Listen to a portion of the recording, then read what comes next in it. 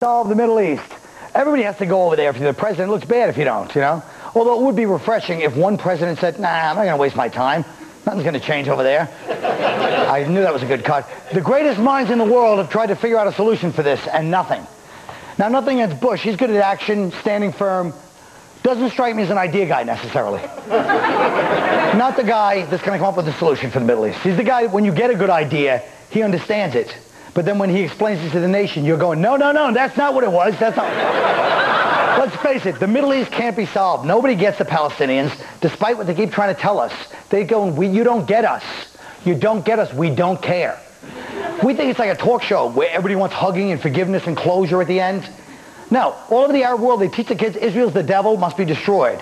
Who's the guy that has the balls to come back from negotiations, sit down at the Hamas meeting and go, listen, the downside, we'll betray the blood of our ancestors and Allah and lose our eternal souls. The upside, I saw a nice two-bedroom in the Golan Heights.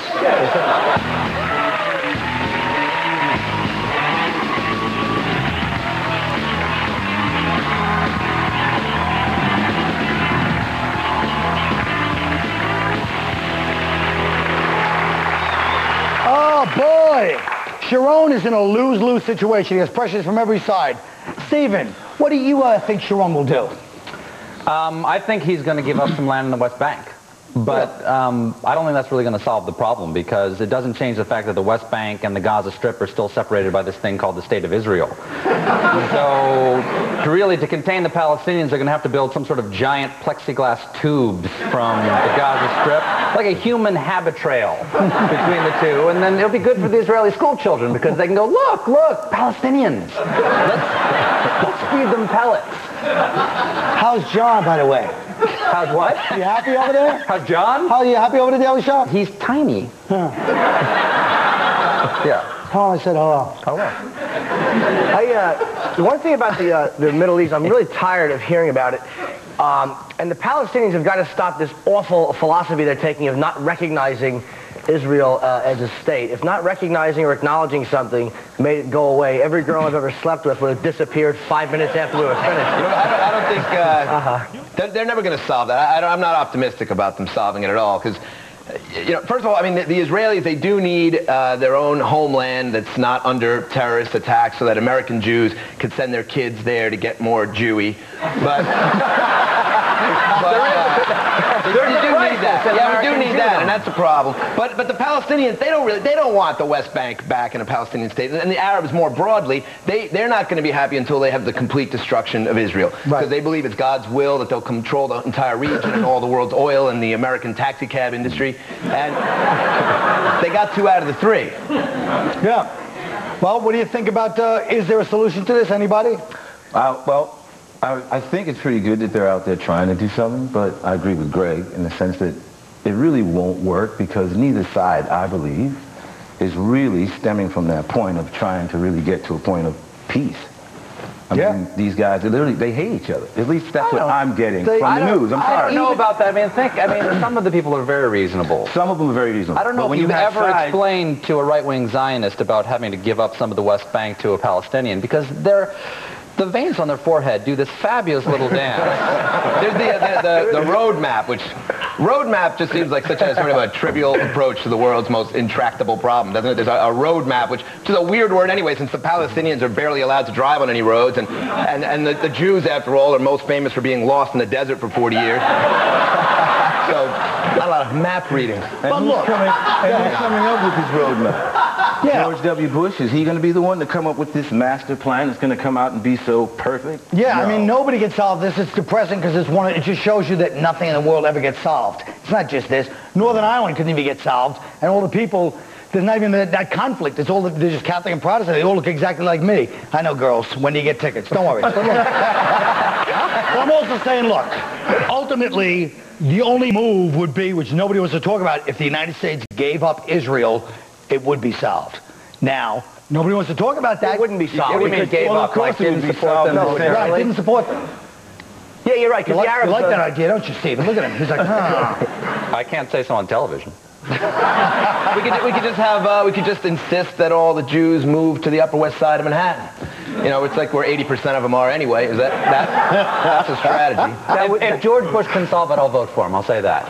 Yeah. It's the only thing I like. He would be Superman if he could solve it. Yeah.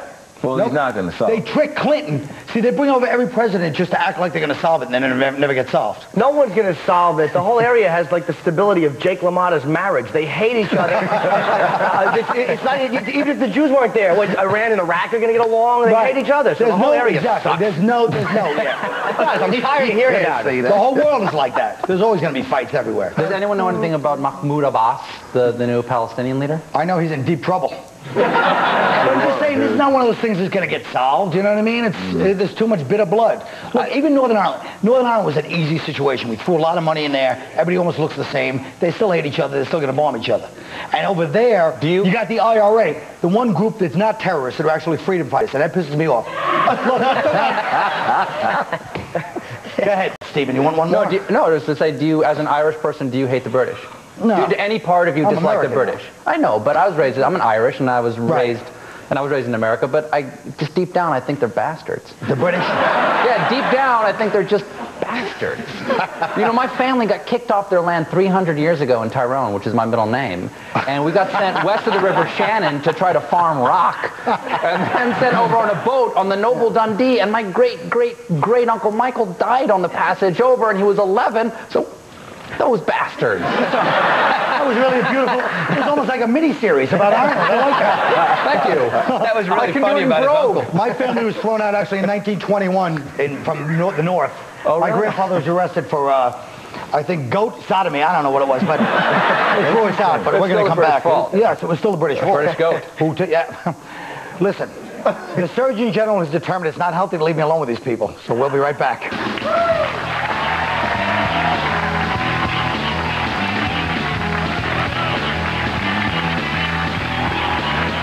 Look.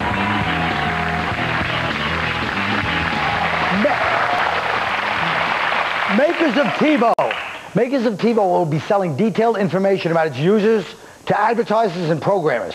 Let's face it, there is no privacy to begin with. That's why everybody rips their clothes off on TV all the time. It doesn't matter if the telemarketer from Johnson & Johnson Baby Oil knows that you're possibly a big consumer, even though you don't have children, but you TiVo queer as folk, and the only two names on your wish list are Jason Gedrick and Margaret Cho. All right, what's the big deal, Greer? Well, I'll tell you, Colin, I don't personally think that they should have that sort of access because of the simple fact you don't want people knowing that you may like certain things. Suppose I want to run for a position, and they find out that I like watching chocolate asses. Big chocolate asses. 2. That was a good one. Yeah. That was much better than and one. And the third one's in production as we speak. My point is this. No promos, please. Okay. But I think it's good, to be honest with you. I get tired of hearing about how Big Brother's going to invade. Let them finally gear advertising toward me so I don't have to be attacked with douche and tampon commercials every 5 minutes. Good.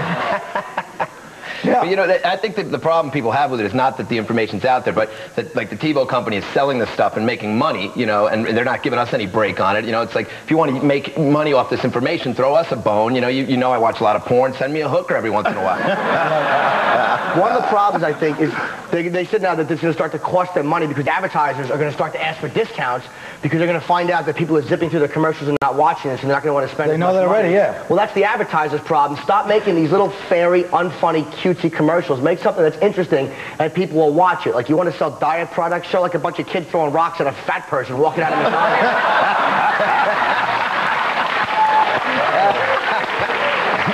You missed your calling. You could have been advertising big. Now, Greer, you spend a lot of time on the continent, as we used to say in the 1850s. Right. What's it like over there with TV? Like England, they pay for the taxes for TV, right? Yeah, they do. I mean, England was cool. Television's good. They show breasts, which is cool. Yeah. I'm serious. It's like, I mean, what's the deal? Like, I mean, we see all this other stuff. We got these video games where kids are blowing up aliens and stuff. What's wrong with a pair of breasts? You're right. Now, let me show you something shocking. First of all, Jim, earlier you made a very good point, but I don't like I've noticed a thing about you now since we've been on the show many times together. Whenever you try to be intelligent, you go, well, I think that, and you put your finger here under your... It's really, you're right, I do that. Not only is it phony, it's irritating. If you do it, Yeah, it is a little foppish. Well, I was saying, there was a time when it occurred to me. Jim really thinks it's The good people at Procter & Gamble really extremely all right. It's almost like he's distracted. Oh, I've been up all night working on my thesis and okay, look. Take a look at this insane commercial. This is a real commercial, I swear to God. Watch this. God saw that it was good, and Jesus says, love thy neighbor as thyself. Yet too many of the cars, trucks, and SUVs that are made, that we choose to drive, are polluting our air, increasing global warming, changing the weather, and endangering our health, especially the health of our children. So if we love our neighbor and we cherish God's creation, maybe we should ask, what would Jesus drive? That's a real commercial. So the point is, what's the that to me is tasteless. Not as bad as they had the Muhammad. What Ryder truck would he drive? But that was bad too. But this one is a real commercial. So what do you think? Tasteless? What? Can I say I don't know what brand he would drive, but I bet it would be an automatic, because nothing makes driving a stick harder than a hole in your hand. But what about this? Martin Luther King, they put him in a commercial. At what point, isn't it kind of unethical to put dead people in commercials? Now, just to be specific, Jesus is not dead. Christ is risen. Christ is here. Christ is now. I don't know how you were raised as a Catholic, but there's a little thing called the resurrection. Good point. It kind of ruins the rest of the story if he doesn't come back to life. No, it does. You're right. You're right. If he just nailed to a cross and he's dead, right. Then it's like, very nice guy. Yeah. Very nice guy. Good guy. That's a good No, point. I don't think it's such a bad idea because, here, this will annoy you. St. Thomas More said, those who abandon their private conscience for their public decisions lead their country on a short road to chaos. So why shouldn't we use our religious beliefs to decide what car we buy? What are you going to base it on? Just but this how much, what? Like make it seem like you got a big penis? Religious belief in America. Yeah. What do you say? This doesn't stand for everybody's religious belief in America. There are different no, religions here. But when we say in God we trust, who do you think they mean? Well, on the American... There's nobody. No one's saying, like, let's put Zoroaster on a dollar bill. Well, folks, was that pretentious enough, by the way? I'm impressed by that kind of stuff, so I don't know what that means. I made it up. St. Augustine once said, stay tuned. I believe it was Euripides. No, okay, we'll be right back.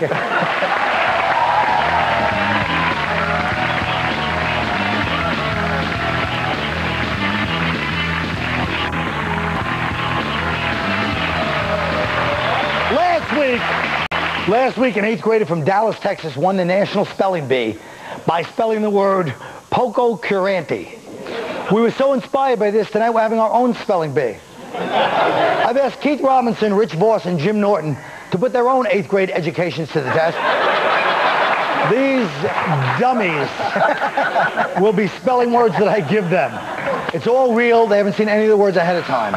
Gentlemen, you'll have 30 seconds to spell your word. You may ask for the word in a sentence. Good luck. Let's start with Keith Robinson. Keith, your word is presumptuous. Presumptuous. Okay, Colin, can you say that in a sentence, please? Sure.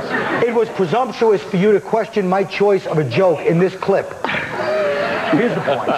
What is the point? Okay. I used to live when I lived in Bay Ridge, we lived right near a bar, and people would, every night it was the same thing. Drinking, fighting, cursing, screaming, urinating, and their vandalism. Finally, they told me, you can't come in anymore. I'll tell you something. Hey, Tom Hope, that was great. I guess you haven't been around comedy lately. Apparently, it's uncool if you put a punchline at the end of a joke. It was presumptuous of you to question me when everybody here knows your act is a terrible collection of observations you found in the garbage behind Sinbad's house. Presumptuous. Spell it. All right. Presumptuous.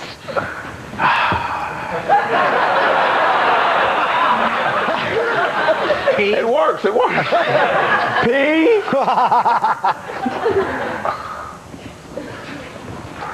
Wait a minute.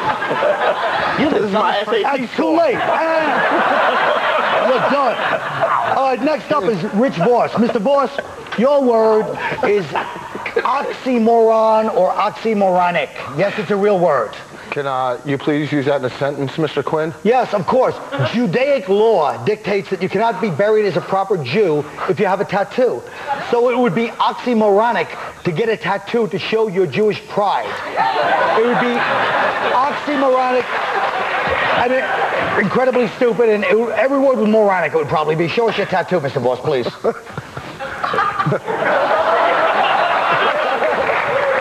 Now, please spell the word. Show us you're not totally worthless. Oxymoron. O-X-I-M-O-R-O-N. What'd you say? All right. I spelled it. Yes, you did. I spelled it right, too. All right. Finally, Jim Norton, please come up here. Now, James, your word is blasphemy, James. Can you use it in a sentence? Oh, you're going to ask me that, aren't you? Yeah. Okay. Gladly. All right, wait. Can you read the monitor? Shut up. All right. Okay, I'll use it in a sentence, please. It bordered on blasphemy that night when you shamelessly hit on Linda, the waitress at the Comedy Cellar, by pretending to agree that the Academy Awards are racist. The blasphemy came from your disgusting fake compassion at the plight of black people when we both know full well you couldn't give a damn. You just wanted to get into her pants.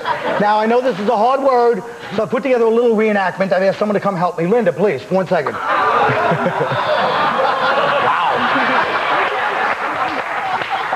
That's Linda. She'll play herself. I'll be playing the part of Jim Norton. I was there when this happened, so it's not that.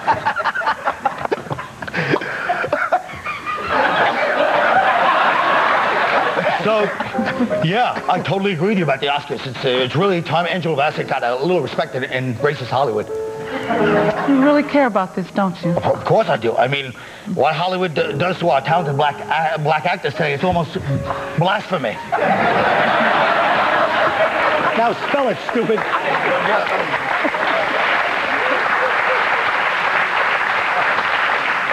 B-L-A-S-P-H-E-M-Y. Blasphemy. That's very good. I don't know if that makes up for the fact that you actually took the pain and tragedy of 300 years of slavery and used it to try to get laid. Look at how hot she is. She is hot. That doesn't excuse your awful lack of character. Can I sit down now? Yes, sir. Thank you. Did you spell it right? Of course I did, stupid. I don't even know if you spelled it right. I don't know what's worse. The fact that this awful spelling bee, that they're actually proud that they got those dumb words right. Or that Keith's ashamed to even try his stupid words. Boss didn't get oxymoron right. Yeah. O-X-I? That was wrong. You're as stupid as he is. I thought he said why. First of all, no, he's not as stupid as I am. No, it's O-X-I. What is it? Yeah, it's why, you dummy. We'll be right back after this break.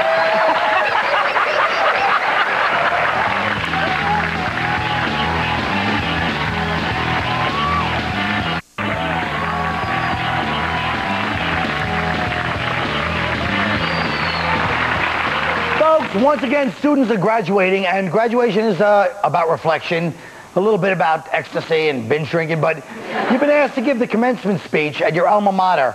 What advice do you have for the new grads? Stephen Colbert. Thank you, Colin. You know, as I look out at the sea of eager faces, there is so much advice I want to impart, but let me first address the young women in the audience who face so many special challenges today. To ease your transition into the working world, I think the smartest thing you could do is have a discreet but passionate affair with a man in his late 30s. It would do wonders for your self-confidence, and I know that this unnamed man would be very happy to help. But I cannot stress the discreet part strongly enough. He loves his family and would never want to hurt them. But I also want to stress the passionate part. I really don't think you get the full benefit of this unless the sex were crazy. I mean, really crazy. Things that would get you tossed out of Thailand. Greg Giraldo. Remember, graduates, stay positive. Life is short and you'll be dead soon. Trust me, it seems like only yesterday I was your age, pulling out and praying every month.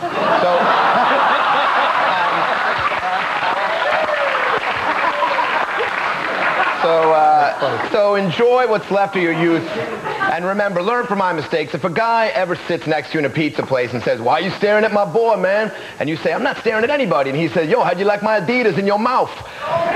don't tell him to go f himself. Unless you really want to get kicked in the face. All right, grab on. I never graduated from college, but I'm going to commence on this here address. All of my friends and family who did graduate from college, they wanted me to share you with this. They're unemployed. And they also wanted me to say, thanks, college. See, I am employed. Thanks, Colin. All right, ready? Jim Norton. The only bits of wisdom I can give you on applying for a job comes from my own experience. First of all, don't be shy about stretching the truth a little on an application. Under the heading, reasons for leaving last job, trust me, never put, I called my boss a queer. And certainly don't put, they fired me because I couldn't get along with colored people. All right, I guess that's it. Folks, remember, commencement is not the end of your education. It's the beginning of moving back home. So good night. Take care. We'll see you soon.